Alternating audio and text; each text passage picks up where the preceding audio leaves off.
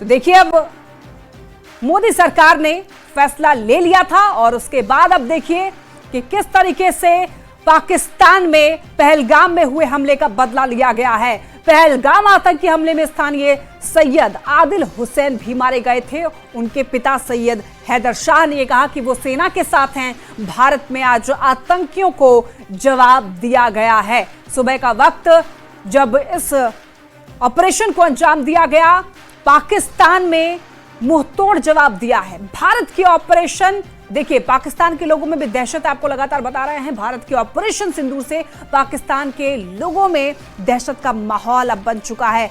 वहां की आपको सुनवाते हैं, आपको लोगों का क्या कहना है। पाकिस्तानी और इंडिया ने जंग शुरू कर दी है। अभी मेरे बहावलपुर सिटी के अंदर मौलाना मसूद अजहर साहब के जो है मदरसा है, उसके ऊपर 4 मिसाइल दागे गए हैं। 4 मिसाइलों के साथ हमला किया गया है मौलाना मसूद अजहर साहब के मदरसे के ऊपर। हम अपनी अफवाज पाकिस्तान के साथ खड़े हैं, लेकिन मेरा सवाल है कि हमारी एजेंसीज कहाँ सोई हुई थी, हमारी अफवाज पाकिस्तान कहाँ सोई हुई थी जब ये हमला हुआ। मुजफ्फराबाद की भी खबर आ रही है कि मुजफ्फराबाद वाली साइड पर भी ये अटैक हुआ है, लेकिन सबसे पहले मेरे बहावलपुर सिटी के अंदर अटैक हुआ है ब्लास्टिक मिसाइल के साथ। उन्होंने हमला किया है मौलाना मसूद अजहर साहब के मदरसे के ऊपर। 4 मिसाइल मारे गए हैं। अभी ये कहना कबल वक्त है कि गोया कितनी सच्चाई है इस खबर के अंदर, किस साइड से ये मिसाइल आए हैं, ये अभी कंफर्म होना बाकी है। लेकिन ये कंफर्म न्यूज़ है कि उनके मदरसे के ऊपर 4 मिसाइल मारे गए हैं।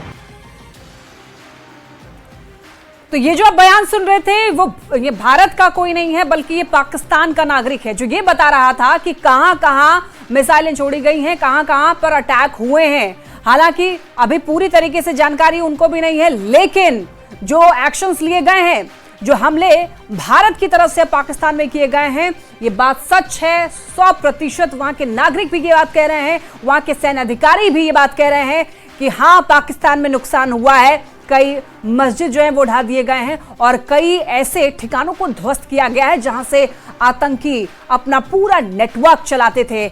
और ये बात भारतीय सेना की तरफ से भी कहा गया है कि वहां के आम नागरिकों को टारगेट नहीं किया गया है, बल्कि भारतीय सेना ने आतंकी ठिकानों को टारगेट किया है जहां से भारत पर हमले की साजिशें रची जा रही थी। भारत पर नापाक इरादे वहीं से उठ रहे थे और उन्हीं को निशाना बनाया गया, जिसमें कि बहावलपुर सिटी का भी वो एरिया है और मुदीर के और मुजफ्फराबाद, ये वो कुछ इलाके हैं जहां से वो आतंकी जो थे वो साजिश करते थे।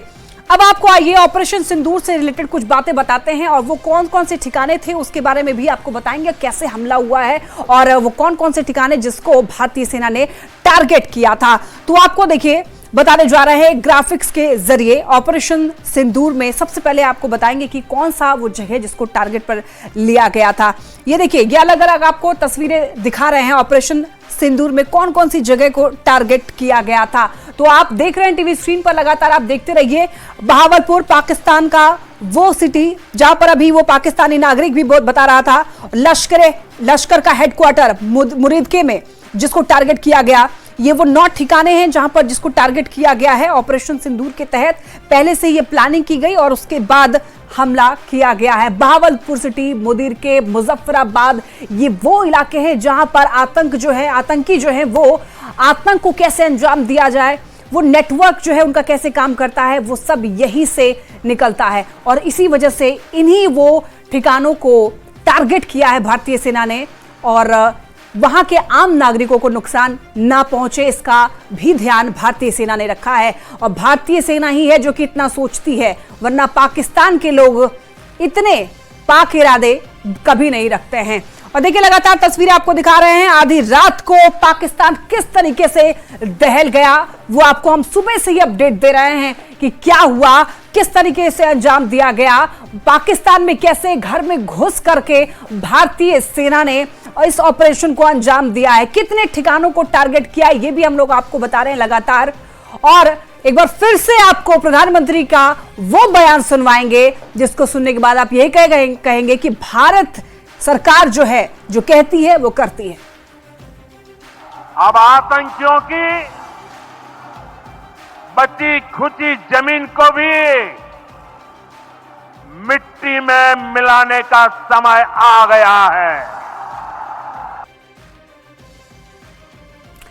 तो भारत के ऑपरेशन सिंदूर से देखिए पाकिस्तान के लोगों में दहशत का माहौल है। अभी आपने पाकिस्तानी नागरिकों को, पाकिस्तान का जो एक नागरिक था जो बता रहा था कि मिसाइलें आ रही हैं, लेकिन यहां की एजेंसी क्या कर रही है, वो क्यों नहीं एक्टिव थी। अब सोचिए कि वहां के नागरिक अपने सरकार को कोस रही है कि वहां की जो सरकार है, वहां की जो प्रशासन है वो एक्टिव नहीं है।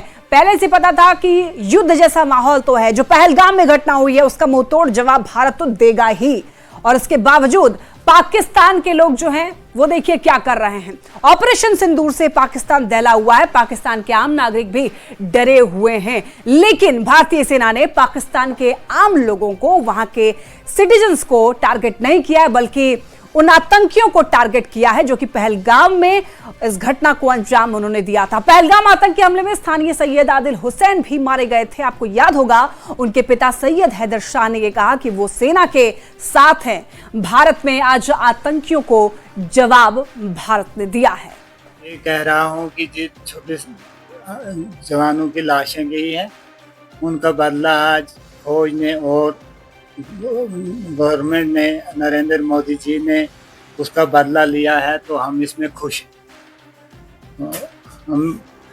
हम ये खुशी चाहते हैं कि उसने इसका बदला ले लिया।